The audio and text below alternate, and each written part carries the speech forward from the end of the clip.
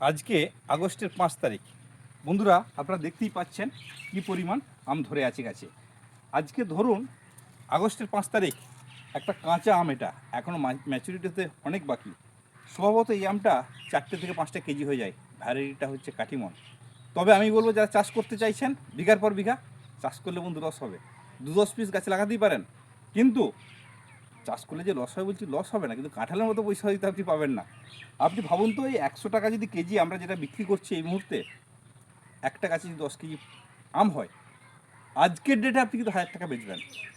10টা 20টা গাছ আপনি কিন্তু লাগাতেই পারেন, বা নতুন ভ্যারাইটি আপনি চাষ করতেই পারেন। কিন্তু নতুন ভ্যারাইটি চাষ করতে গেলে আমরা এখনও বলছি কাঁঠালের মতো লাভ হবে না। তবে যাদের নিচু এলাকা, যেখানে জল জমে যায়, সেক্ষেত্রে কাঠিমন আম কিন্তু আপনি লাগাতে পারেন। আর কাঁচাতেও বিক্রি করা যায়। পাকাতে এই আমটা দুর্দান্ত স্বাদ, আপনি কল্পনা করতে পারবেন না। কোনো রকম সংশয় থাকলে আপনারা আসুন আমাদের বাগানে, নিজেরা কেটে খেয়ে স্বাদ গ্রহণ করে তারপর ভাববেন এর চাষ করবেন কি করবেন না। ধন্যবাদ। আচ্ছা, এই যে মানে বলছেন এটাই এখন মানে ম্যাচিওর হয়ে গেছে আমগুলো? না, এই ম্যাচুরিটি হতে এখনও আপনার 1.5 মাস লাগবে।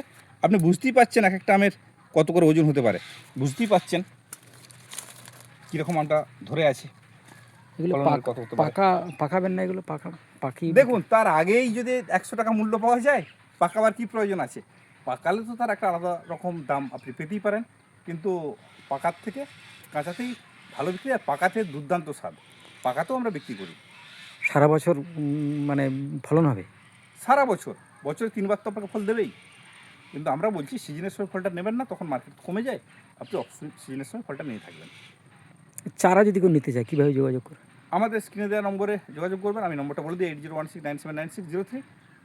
এই নম্বরে যোগাযোগ করবেন। রামকৃষ্ণ নার্সারি। রামকৃষ্ণ স্যার।